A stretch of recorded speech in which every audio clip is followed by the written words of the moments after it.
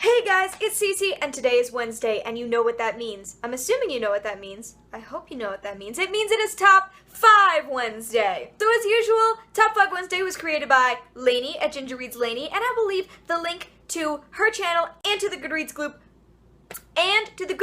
group below, so you can check it out. Today's theme is our top 5 favorite maps, so maps in books.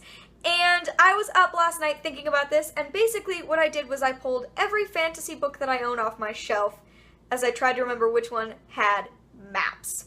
And I did it! I created a top 5, and it is time to show it to you now. So let's do this. Coming in at number 5. So for number 5, I picked the map from the Throne of Glass series by Sarah J. Maas. So this is the map in Throne of Glass. My only problem with this version is that in Heir of Fire, there is a character that is off the edge of the map, and there is not a map of that, and that annoys me. I wish that there was a little bit more. But I refer to this map super often. I think it's really useful and really interesting. I like all of the details in here. I definitely looked at it all the time, which is the sign of a good map. Coming in at number 4. For number 4, I picked a favorite of mine from when I was a kid, and that is the map from the 11 Thumps series by Obert Sky. This is a middle grade fantasy book that I've talked about a few times. I just think the map of Fu is really beautiful. I love all of the detail. I love all of the different places. I love the fact that because Fu is it's a place, I guess, with a lot of character and a lot of quirk, and I appreciate that the map kind of shows that. It's drawn a little differently, almost cartoony, and I loved this map when I was younger. Coming in at number 3, I picked the Gone series by Michael Grant. Actually, these books each have 2 maps in them, which is really, really nice.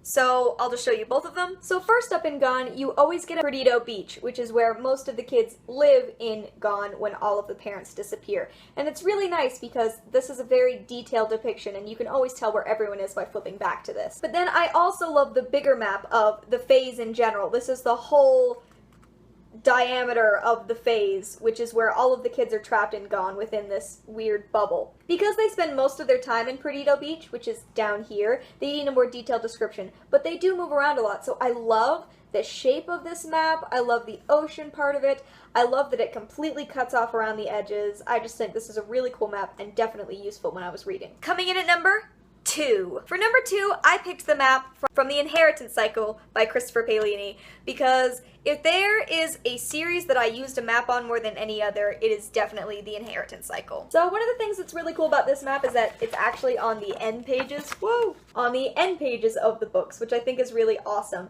But I constantly refer to this map when I'm reading the series. I think it's really detailed, and it always helps me know where they are and understand what's going on.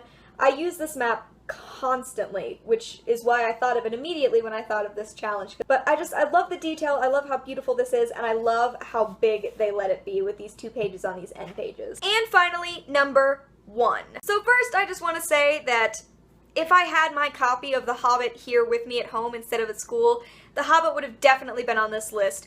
But because it is not, my number 1 is the Chronicles of Narnia by C.S. Lewis. This is my box set, but what's really cool about the Chronicles of Narnia is that there is a different map for each book. We have the map for The Lion, the Witch, and the Wardrobe, the map for Prince Caspian, for The Voyage of the Dawn Treader, for The Silver Chair, for The Horse and His Boy, which is mainly desert. There isn't one for The Magician's Nephew, and then back to the original for The Last Battle. So out of all of these, my absolute favorite does have to go to the map from The Lion, the Witch, and the Wardrobe, because this was my first Narnia book and it meant so much to me. I love the detail of this map, I love how fantastical each map is, and I love that each one is different, but I will always remember this one the most fondly. So there you have it, those are my top 5 favorite maps. Like I said, if I had The Hobbit would have been on this list. But those are the ones that I have here with me. It's really hard when you have belongings in multiple states. It's just impossible. So, guys, what are some of your favorite maps and books? Leave them in comments below. I know everyone loves a good map. Oh, and isn't there that one book now that they have where you can fold out the dust jacket and the map is there? Because they should put that in all books. And I've seen it before. And I can't remember what the book is called, but that's really cool and people should do it more. So, thanks for watching, and I will see you in another video real soon. Bye!